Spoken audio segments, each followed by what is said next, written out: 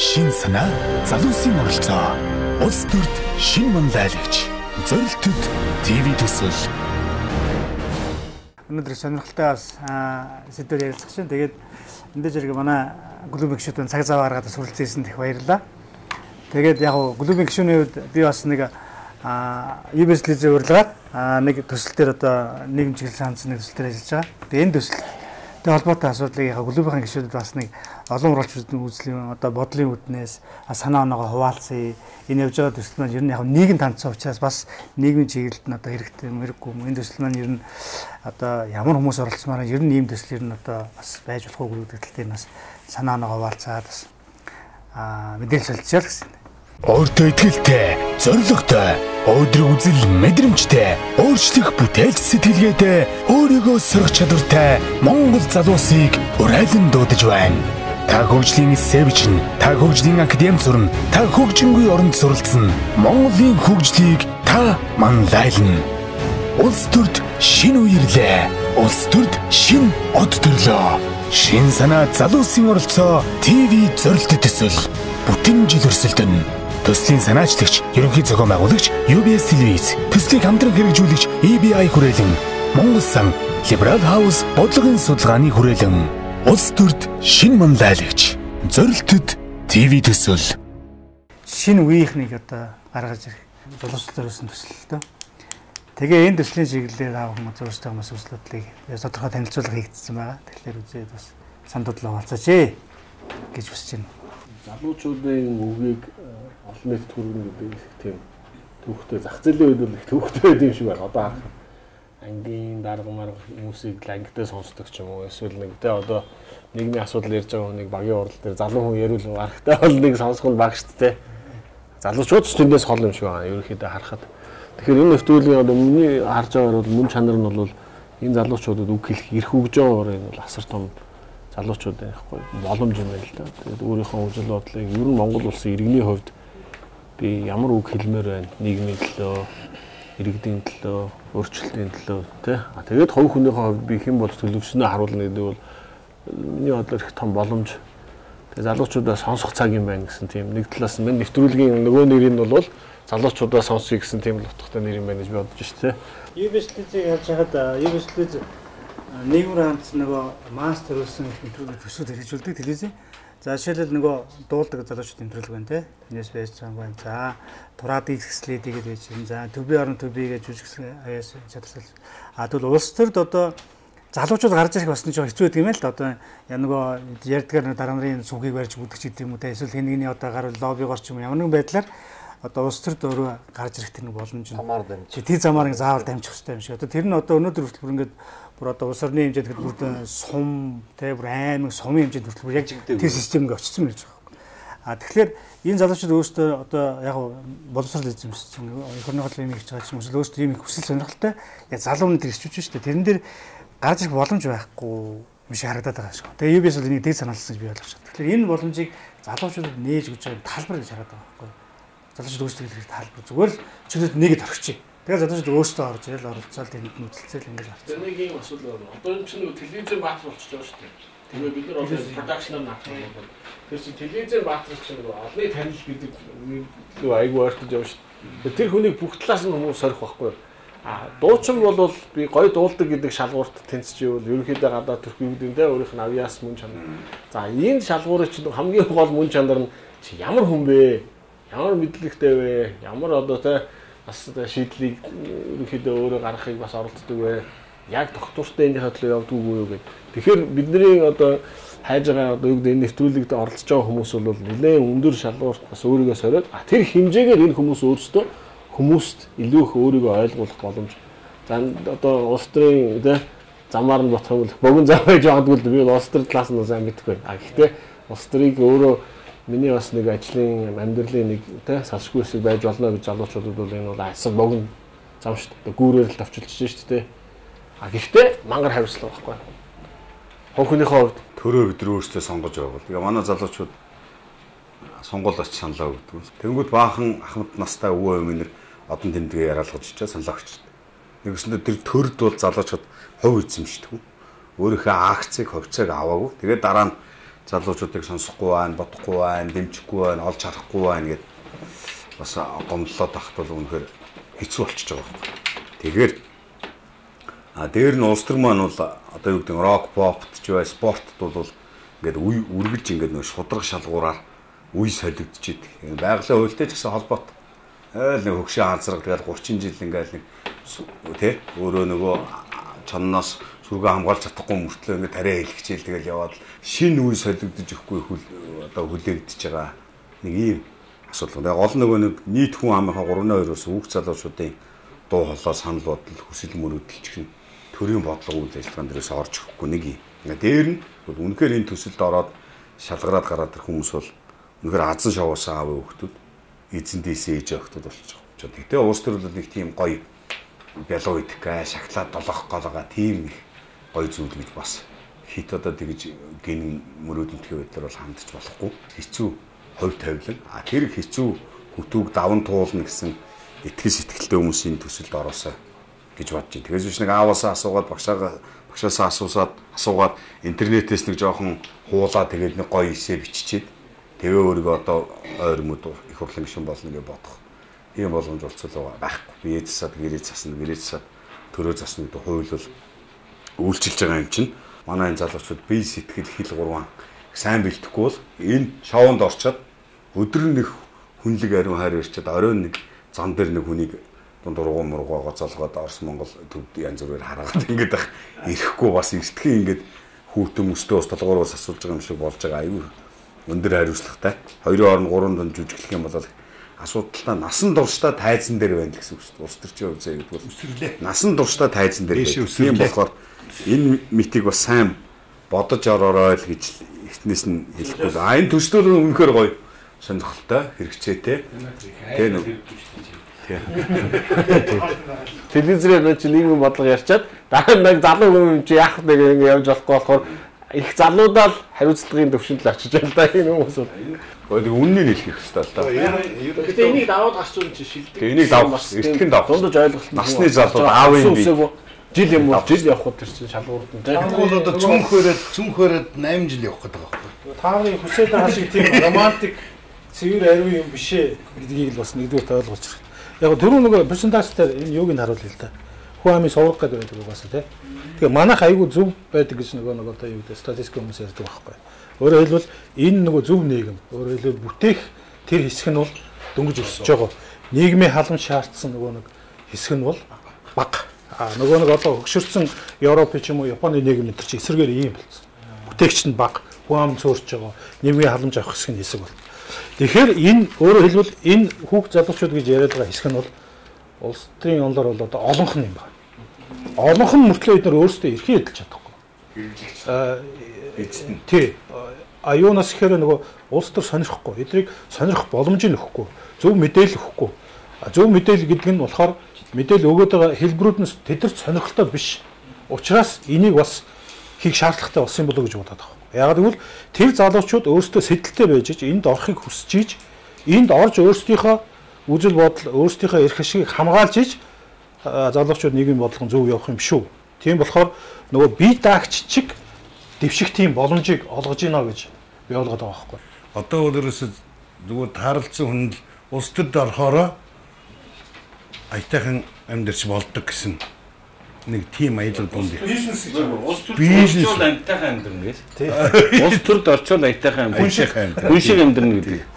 Тэгэхээр миний бодлоор бол энэ нэвтрүүлэг энэ нэг 90 хүн 100 хүн ч юм уу энэ олон оролцож байгаа залуучууд гэхээсээ илүү энэ одоо зурагтаар энэ хэдэн залуучууд чинь үзэж байгаа хүмүүс боловсрон шүү дээ. Жинхэнэ улс төрч хүн яаж ажил, яаж амьдарч, яаж үр дүнд хүрдгийг. Тэгээд энэ нь залуучуудад болохоор энэ хэрэг чи үнэнхээр юм хийж, яаж бүтээж, дийлж, бусдыг манлайлдаг, араасаа дагуулдаг лидер байя гэх юм бол иймэрхүү юмнууд сурах хэрэгтэй, иймэрхүү юмнууд мэдэх хэрэгтэй гэдгийг энэ хэдэн залуучууд орж өшөө дараагийн бас олон зуун залуучуудад үлгэр жишээ болохоор л нэвтрүүлэг болох байх л гэж найдаж байгаа шүү. Нэвтрүүлгийн үр дүн тийм л тий. Үр дүн нь бол энэ хэцүү замаар яаж улс төрч болж төлөвшөх вэ гэдэг тэр хэцүү имийг энэ нэвтрүүлэг харуулж тийм ээ. Хэр оргийн хүн энэ рүү чинь ингээд савчаад орчдөг юм байна. Морин тэрэгэн дээр 2 үг хэлээд орчих бас болдго юм байна. Тийм ээ? Нэг жагсаалыг нэг төмпөнүүдээр улс төрч болчдөг юм байна гэдгээ ойлгох л да. Би түрүү нөгөө нэг зураг сууж илаа л та бас ингээд яагаад. Энэ ийм зураг үү? Нилээн дээр зурж исэн. Харъя та. Одоо өөрөөр хэлбэл улс төрийн энэ амьдралд идэвхтэй байгаа шийдвэр гаргаж байгаа хүмүүсийн ихэнх нь бол 40-оос дээш, бараг 50-оос дээш насны хүмүүс. Тэр хүмүүсийн үжил бодол, итгэл үнэмшил, хандлага нь социалист хуучин нийгэмд төлөвшсөн. Өөрөөр хэлбэл 25-аас хойш ч үлээ нөгөө хүнийг одоо биологийн хувьд, үжил бодлын хувьд өөрчлөх боломжгүй гэсэн. Тийм болохоор нэг хөл нь бид нар социализмд хүмүүжсэн, итгэл үнэмшлээ авсан. Бидний хандлага тийм хуучин. Гэтэл нөгөө хөл нь зах зээлийн нийгэм, шинэ харилцаа, улс төрийн шинэ тогтолцоо тэр бүх шинэ нэр томьёотой бид нар нүүр тулаад нөгөө хөл нь урагшаа явах гээд байдаг. Нөгөө хөл нь арагшаа ингэсээр хагаад бид нар наашаачгүй шаашаачгүй одоо гимнастикийн хэлгээр юу гэдэг вэ энэ чинь. 90-ад оноос хойш магадгүй хоёр хөл нь яг энэ нийгэмдэр байгаа хүн урагшч чадах юм байна гэж би бодоод байгаа байхгүй. Тийм учраас нөгөө Баабрын яриад байдаг. Энэ хүмүүс үхэж өргөцсөн нөгөө шинэ нийгэм үүснэ гэдэг байгаа шүү дээ. Энэ нөхдүүдийн чинь дагж нам дагж орж ирж байгаа энэ улс төрд орж ирж байгаа тэр залуучууд чинь хордож орж ирээд байгаа байхгүй. Тэгэхээр бид нар эрүүл гарцнаа яа. Энэ хордсон хүмүүс ч юм уу өөрчлөгдөх аргагүй болсон энэ хүмүүс хэсэг бүлэг хүмүүсийн үжил баримтлал нэртэй энэ намууд ч юм уу энэ шугамар биш зөв юм бодсон зөв боловсралтай хүн шиг хүмүүсийг нийгэмд гарч ирэх энэ шийдвэр гаргах төвшөнд нь ойртуулах шинэ сувг байж болох юмаа гэдэг л санаа болохоос биш эцсийн зорилго нь ямар нэг улс төрчийг бэлтгэх гэж би ойлгохгүй байгаа. Магадгүй одоо тэр нам дагаагүйгээс ч юм уу шудраг зангаасаа ч юм уу болоод энэ улс төрч гарч ирэх боломжгүй байсан тэр хүмүүсийг гаргаад ирвэл энэ төрлийн гол үр дүн. Одоо сони хэвлэл нэг юм нэр томьёо байна л да тий. Залуу хүн улс төрд орж ирэхээр хэнийг каранаар татуулж гарч ирсэн бэ? Ямар цахилгаан шатанд суусан бэ? Тэр энэ улс төр шинэ ундаалгач зорилттой ТV төсөлтөнд цахилгаан шатхгүйгээр өөрөө алхаад, мацаад, тэмцээд нэгсэндээ бор зүрхөөрөө босч индийгээ тэр уулаа өрөө дээр гарах. Хуужин ч юм бол ингээд нэг бор зүрхөөрөө яваа гэдэг. Одоо ч гэсэн нэг хүнийг нэг бор зүрхөөрөө яваа, өөрийнхөө өлдөн зүрхээр гарсан гэдэг. Энэ төсөл чинь зүгээр ингээд бүгдийг гаргах гэдэг юм биш шүү дээ. Энэ боломжийн нээлээ. Энэ замаар та нар хамгийн чадaltaй, хамгийн шударга, хамгийн сэтгэл зүрхтэй гарч ирээд уулаа өргөлийг шударгаар булаас тэр замаа тавиа гэж байгаагаар л энэ аюу залуу хүнд бол боломж олгож байгаа. Тэгээд одоо энэ төсөлд орцож байгаа залуучууд үнэхээр азан шаваарсан гэх юм одоо нэг үнэхээр азтай золигнууд юм аа л гэж хэлмээр. Одоо евэжлизийн төслүүдийг харж байгаад ерөнхийд нь энэ оролцсон оролцогчтой шагнаж байгаа шагналын дандаа боловсрол оюуны чиглэлээр хандуулсан шагналууд юм лээ. Эдийн засгийн гэдэг талаас илүү одоо сургууль сурах юм уу эсвэл мэдлэг дэвшлүүлэх болох. Энэ төсөлд оролцсон одоо энэ уралдаанд нэвтрүүлэгт оролцсон энэ залуучууд маань шагнал нас гэсэн хөлтэй. Мэдээж хэрэг одоо аливаа юм цагаа зараад одоо залуучуудын бас нэг сонирхол багс шүү дээ. Зохион болгосыг ярьж байгаад бид нар санал тавьсан eBay хүрээлэн гэдэг. eBay хүрээлэн бол энэ төслийн одоо шагналын зэрэг зохион байгуулж дэмжиж гисэн. Тэгэхээр энэ нөгөө нэг одоо яг энэ чиглэлээ залуучууд оролцоод цаашаа өөрө карьер үүсгэхэд бас боловсрлоор нь дэмжиж өгөх. Бас нэг юм том гарсан байна. Залуучууд. Тэр сургалт чинь их чухал. Тэр сургалт бол 90 хүнээс 30 болохын тулд 90 хүнд сургалт эхэлж байгаа шүү дээ. 90 хүнд бол удирдлага ихтэй юм дээ. Тий. Тэр сургалт чинь зүгээр нэг ном унших юм биш юм байл. Тэр сургалт бол одоо ингээд одоо улс төрийн ухаан тийм ээ. Тэгэл одоо бүр нарийн юмнууд орохоор тийм шинжтэй байна лээ. Тэгэл имиж босгох, үтээх. Тохиол зангааны хүртэл хичээл байна. Тий. Одоо тий body language уу одоо биеийн хэлний хичээл гэдэг тийм нарийн хичээлүүд орох. Тийм учраас тэрийг харж байгаа сонгогч тэр нэвтрүүлэг тэр хүнд нөхцөлд сургалтанд явж байгаа тэр хүмүүсийг харж байгаа сонгогч өөрөө эргээд бас хянах болж чадварч. Энэ худлаа яриад байна уу? Энэ нүд үнэн байна уу худлаа байна уу? За энэ сайхан гөвж энэ. Тийм учраас энэ бол ерөөсө бүхэлдээ нийгмийн юуны боловсрал хэмдэ.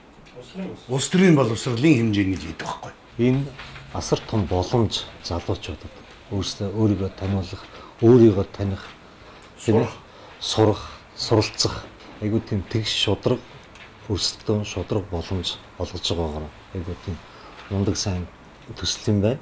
Тэгээд нөгөө талаар киног тэгдэг шүү дээ. Ер нь кино үзчихэд гараад ирэхэд хүн өөрчлөгдөж чадсан бол тэр бол үнэхээр агуу кино. Тэгээд бид нар өөр болж чадсан бол гэдэг чинь.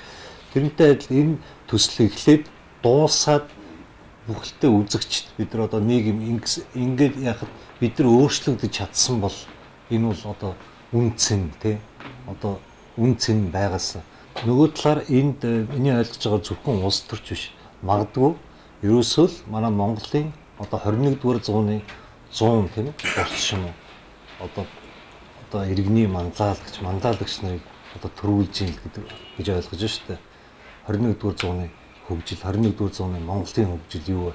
Ийм сэдвэр л баг явах болов баг дал тутахаараа бид нар хаашаа явах вэ? Өнөөдөр бид нар хэн билээ те? Тийм санаа зөвхөн улс төр гэдэг юм биш л дээ. Энд чи өөрөө нийгмийн бүх салбарт байгаа манлайлагчдыг ер нь манлайлагч хүн чинь тэгээ явсаар байгаа л эцсийн нүнд шийдвэр гаргах чинь улс төрийн тавцанд очиж байгаа учраас бүх салбарыг нийгмийн бүх салбарыг хамарч байгаа тэр оюун ухааныг нэгтгэж байгаа тийм том төсөл юм. За монголчууд өөрсдөө бол улс төрийн одоо дэлхийд бол баг хамгийн том түүхтэй ор юм шиг байна. Миний ихээр бол би зөвхөн 2200 жилийн түүхтэй гэж би бол баг дүгнээд байгаа.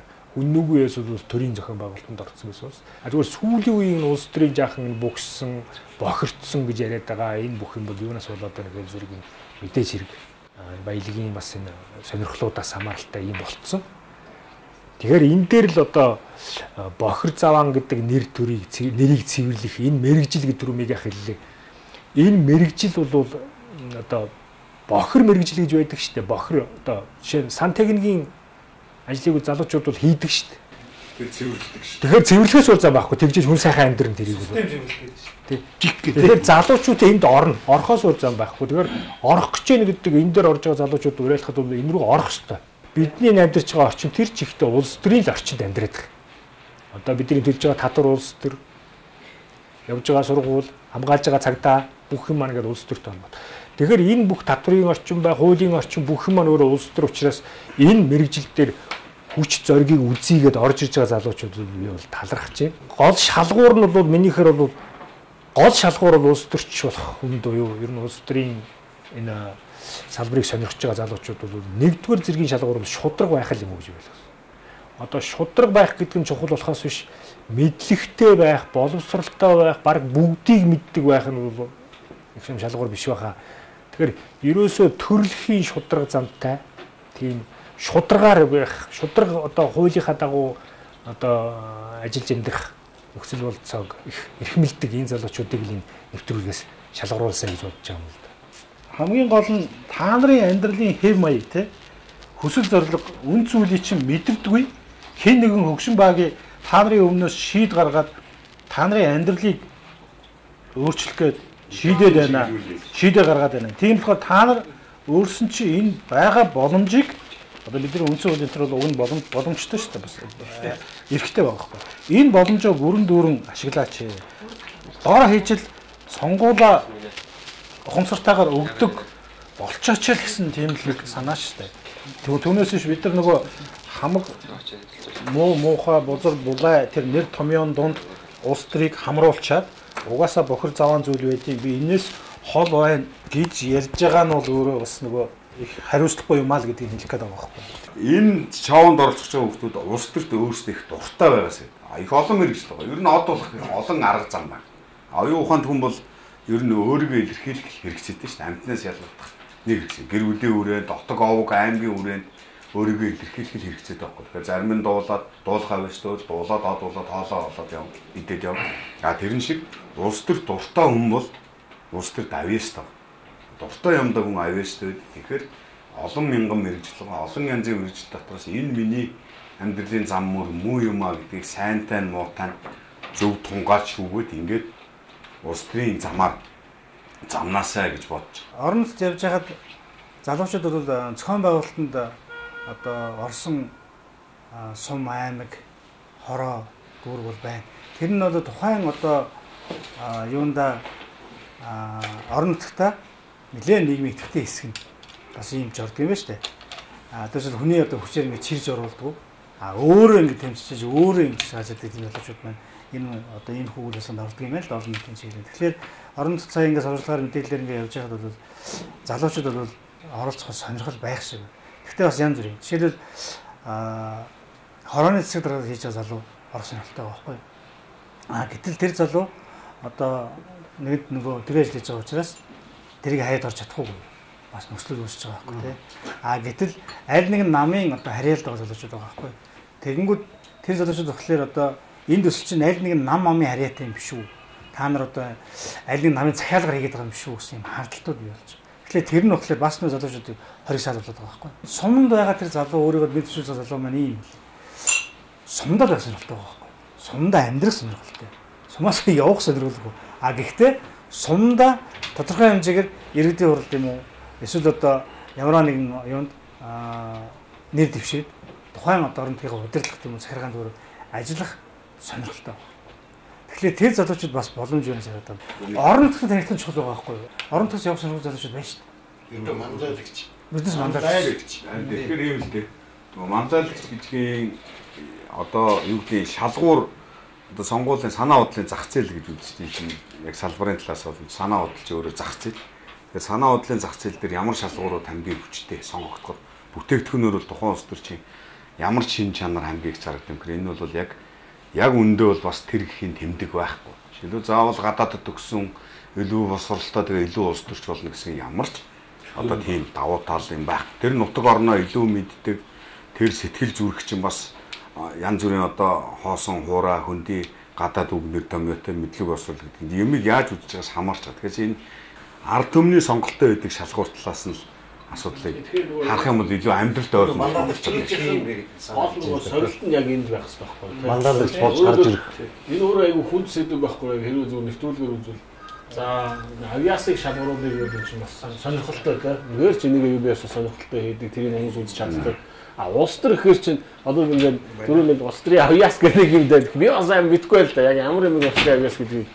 Гэхдээ тодорхой хэмжээгээр улс төрийн чадвар ч юм уу өөрийгөө илэрхийлэх одоо өөрийгөө ойлгуулах эсвэл тэр хийж байгаа юмдаа үнэн шударга байх ч гэдэг юм нэг юм тодорхой шалгуур байгаа шүү дээ. Одоо түрүү хэллээ сумын олон нийтийн эрх ашигын ямар тэ ажлуудыг үнэхээр ярьж байгаа. Тэр нь судалгаа үнэлгээтэй юм уу? Тэрнээс биш зүгээр л нэг сумаа төлөөлж ийн гэл нэг хамаагүй юм ярих уугүй тэ. Тэгэхээр энэ талаас нь бас шүүлтүүрнэх зүг байгаа тийм. Зөвхөн одоо улс төрийн манлайлагч гэхээр бусад бүх салбарын манлайлагчаас тас тусдаа шал өөр үйлдвэр угсааны хүн юм шиг тийм их хатуу хол хөндий зааг ялгаал байхгүй шүү дээ. Ер нь манлайлагчгүй ямар чадвартай байдгийг гэхээр үргэлж шинийг санаачилдаг. Хоёрдугаар байнгын дагалдах хэрэгтэй байдаг. Гуравдугаар цаг үеийн тэр мэдрэмж өөрчлөгдөх, шинжлэгдэх тийм мэдрэмж хурд чадвартай байдаг чинь ийм 3-4 авиас гэнэ шиг чадвартай. Бизнесийн салбарт байсан ч гэсэн ялгаагүй шүү дээ. Тэгээд тэр хүний ярьж байгаа юм нь одоо үүд манай нэвтрүүлгийн энэ нэвтрүүлгийн ч гэсэн нэг бас үзүүлэлтэнтэй ярьж байгаа юм суманд бас өнөөдөр тулгуурлаж байгаа асуудлуудыг тэр хүн өөрөө судлаад үзээд ойлгоод бас нэлээд задлан шинжилгээ хийцэн тийм байвал их сонирхолтой байхгүй. Яг л тэгэхээр үзэгч маань тэр хүнийг дараа нь дагалдаад явна шүү дээ. Нөгөө залуу маань одоо яг юу хийсэн бэлээ, яатсан бэлээ гэл тэ. Тэгэхээр тэр хүн бас ямар нэгэн өөрийн гэсэн үр дүн бас байх хэрэгтэй болж тэ. Энийг үзэх. Бас нэг сонирхолтой юм нь Монгол төрийн уламжилт арга ухаан гэл нэг яриад байдаг шүү дээ. Би бол төгч биш л дээ.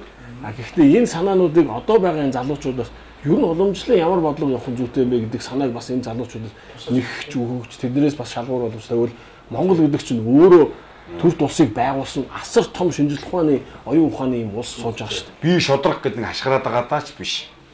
Шудраг ус юмтай нэг шаналаад инлээд одоо үзэж тарж өсөлт наалдаад байгаа хүн л шудраг гэж үнэлж яах жишээтэй байхгүй. Тэгээс биш нэг 4 диплом харуулчаад боловсролтой гэж тоосгох юм шиг. Нарийн ярих юм бол нүдний шил зүүчгэд 4 дипломноос илүү өнөж төрүүлж ийж магадгүй юм байна.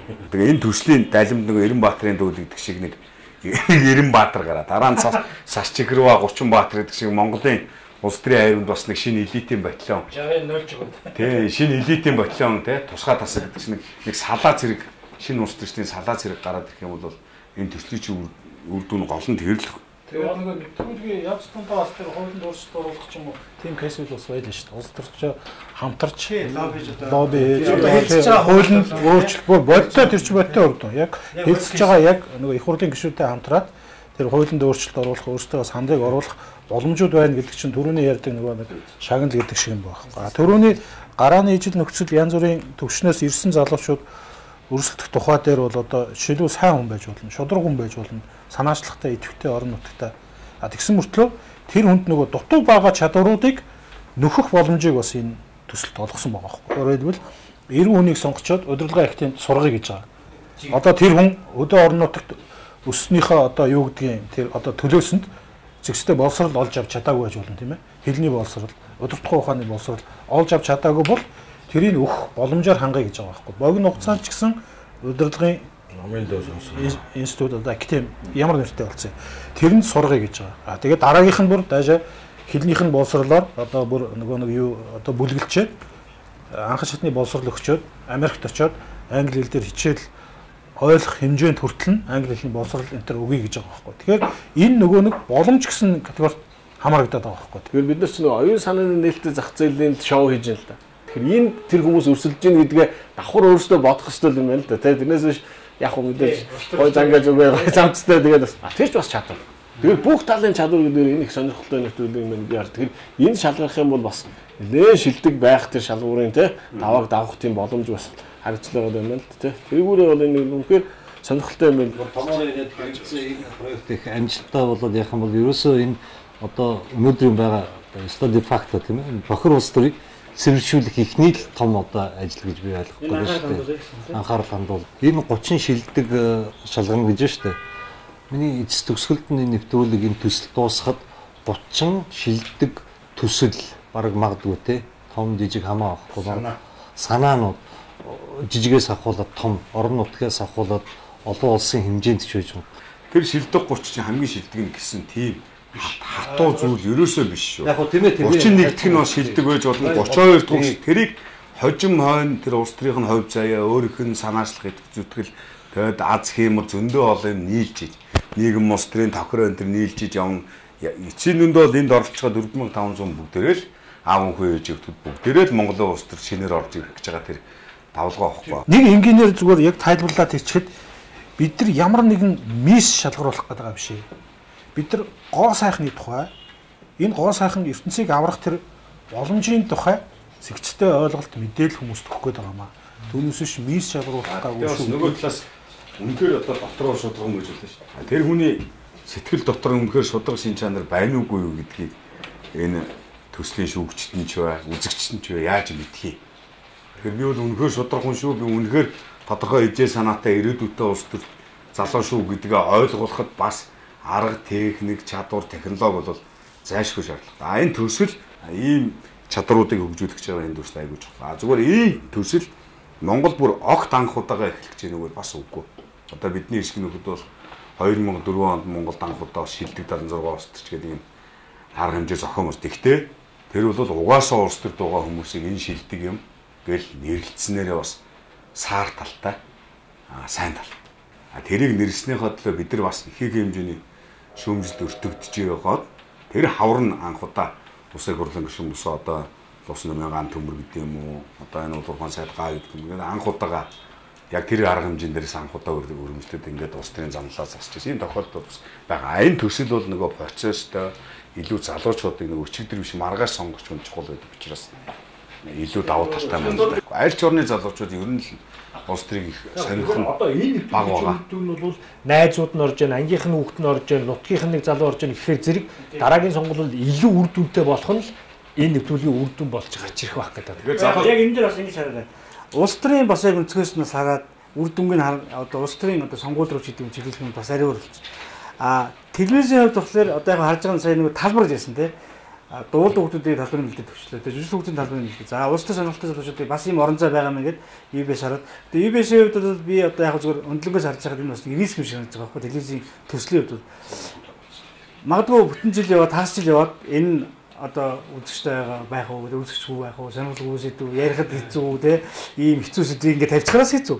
Тэгэхээр хэрвээ амжилттай болсон нөхцөл мэдээж зэрэг ахаад дараа жил ахаад хийгдэл байгаа л та. Амжилттай болох уу? Тэгээд ингээд одоо энэ төлөө улс төрийн сонирхолтой болох зүйл арга баг. Тийм учраас политаймент гэж ярьжсэн үл үү те. Түрүүний гамбалдын хэлдэг шиг риск юм те. Одоо улс төрийн амьдралдаа ч гэсэн магадгүй шин телевизийн бүтээлийнхаа хувьд ч гэсэн шин юм те. Тийм болохоор энэ шин юм мэдээж алдаатай оноотой байна. Дутуу бодсон одоо өнгөц бодсон тэгээ хийцийнхээ хувьд ч гэсэн үзэл бодлын хувьд ч гэсэн одоо сайн тогтоогүй тийм зүйлүүд байх учраас оролцох гэж байгаа хүмүүс, үзэх гэж байгаа үзэгчид, энэтэй хамтран хийж байгаа уран бүтээлчд бид бүхний хамтын бүтээл байх учраас бид нар магадгүй бидний хэдэн жилийн дараах амьдралд бас нэг шинэ өөрчлөлт авчрахаар байж магадгүй ийм сайхан санаачлагыг үзэгчд нь оролцож байгаа хүмүүс нь уран бүтээлчд нь дэмжиж монголчууд бүгдээрээ хамтдаа ингээд аваад явбал энэ бас их сайхан санаа юм а гэж одоо манай креатив клубын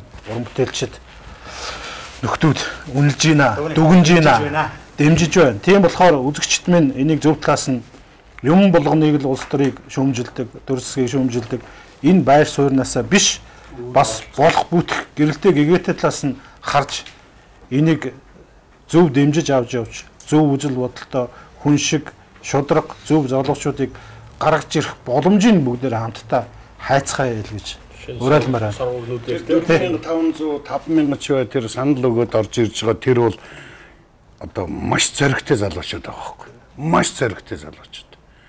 Тэд бол улс төрч болъё гэж бодоагүй. Тэд бол сумандаа амьдралаа сайжруулъя. Мэдүү ирээдүгөө гэрлэгээтэй болгоё. Арай өөрөөр амьдрий гэсэн агуу сайхан чин сэтгэл байгаа учраас гайхалтай сайхан залуучууд тэгээ амжилт хүсье. 4500 морь алхаж ирснийг бодвол 4500 монгол залуу алхаж байгаа нь аягүй чухал байна. За. Улс төрд шин манлайлагч, шин санаа залуусын оролцоо телевизийн төсөлд таныг урьж байна. Та төслийн 1-р шатанд надад шийдэл байна сэдвээр хөгжлийн эсэ бичнэ. Төрсөн хот, суурин, сум хороогоо хөгжүүлэх таны шин санааг өрсөлдүүлнэ. Та төсөлд оролцохдоо таны орчинд интернеттэй бол www.manlaiлагч.cig-ийн цахимгаагаар орж мэдээлэл авна. Бүртгүүлэн төсөлд өрсөлдөх хэсэгээ бичиж илгээнэ. Таны орчинд интернетгүй бол сум хорооны засаг даргын тамгын газраас танилцуулгын хуудасаар мэдээлэл авч төсөлд оролцох бүртгэлийн хуудсыг бүглэж хөгжлийн өрсөлдөх хэсэг бичиж хамтдан шуудангаар илгээмж болгон төслийн багт илгээнэ. Та илгээмж цахим хэлбэрээр бол 2014 оны 9-р сарын 9-ний 12 цагаас өмнө, шуудангаар бол 2014 оны 9-р сарын 3-ны өдрөөс өмнө илгээсэн байх ёстойг анхаарна. Таны дэвшүүлсэн шин санаа, хөгжлийн эсэ нь орон нутагтаа өрсөлдөж шалгарсан тохиолдолд аймаг, дүүрэгт дэвшин өрсөлдөнө. Бид таны бүртгэлийн хуудсанд бичсэн утсаар хариу мэдэгдэнэ. Та төслийн шатны шилдгээр тодорхойл удирдлагын академийн мэргэжүүлэх хөтөлбөрт суралцсан. ABI хүрээлэнгийн дэмжлэгээр Америкийн нэгдсэн улсад 1 сар суралцсан. Нэгдсэн үндэсний байгууллагын ерөнхий ассамблеид оролцож сургалтанд сууна. Та шилдэг ялагч болсноор Дэлхийн шилдэг Харвардын их сургуулийн мэргэжүүлэх хөтөлбөрт хамрагдана. Таны шин санаа, таны оролцоо шинэ үеийн манлайлал болно.